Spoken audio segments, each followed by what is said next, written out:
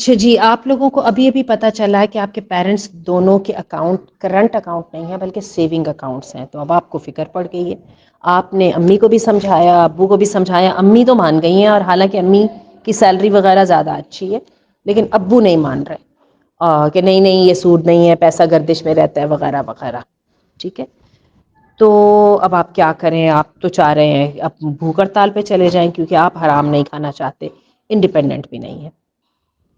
اچھا میں آپ کو بتاؤں، سب سے پہلی بات تو یہ ہے کہ آپ کے جو فادر ہے وہ بینک کی ان کی سروس تو نہیں ہے نا، صرف ان کا پیسہ جو ہے نا وہ اس میں ہے سیونگ اکاؤنٹ میں.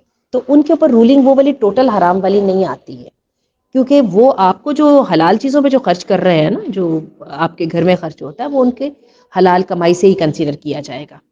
تو میں جہاں تک یہ بات بتا رہی تھی کہ آپ کے فادر کی کمائی اگر وہ بینک میں نہیں ہے تو وہ ٹوٹل حرام میں نہیں آتی. یہ تو آگے ٹیکنیکلٹیز، لیکن still it's not okay. You شouldn't be accepting this type of money to be brought in home اور کہ گھر والوں کے وہ اس میں خرچ کیا جائے. تو آپ بالکل اپنے والدہ آپ کی مان کے یہ بہت بڑا سٹیپ ہے، والدہ والا کروائیے اور ہر کام میں ذرا گریجول پروسیس کو سامنے رکھیے.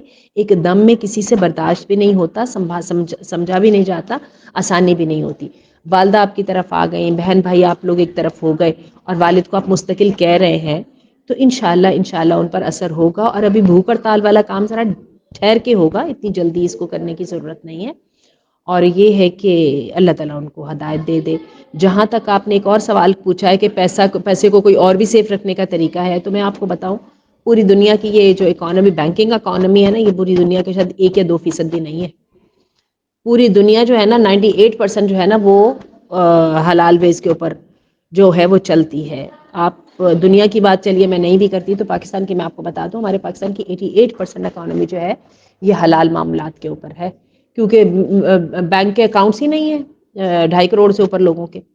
اور جو بینکنگ نہیں کرتے وہ کیا زندہ نہیں رہتے ہیں؟ وہ بھی کاروبار کرتے ہیں، جائیدادیں خریدتے ہیں، ہر طرح کے انویسٹمنٹ کرتے ہیں، لین دین کرتے ہیں، وہ بھی سب یہی کرتے ہیں. تو بات یہ ہے کہ اور جو بچنا چاہتا ہے اللہ اس کو بچا بھی دیتا ہے.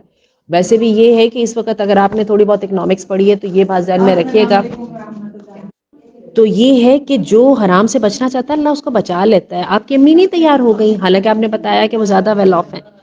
تو یہ کہ کوشش کریں، اور تجربے کرنے کا ٹائم ہے، تجربے کیجیے.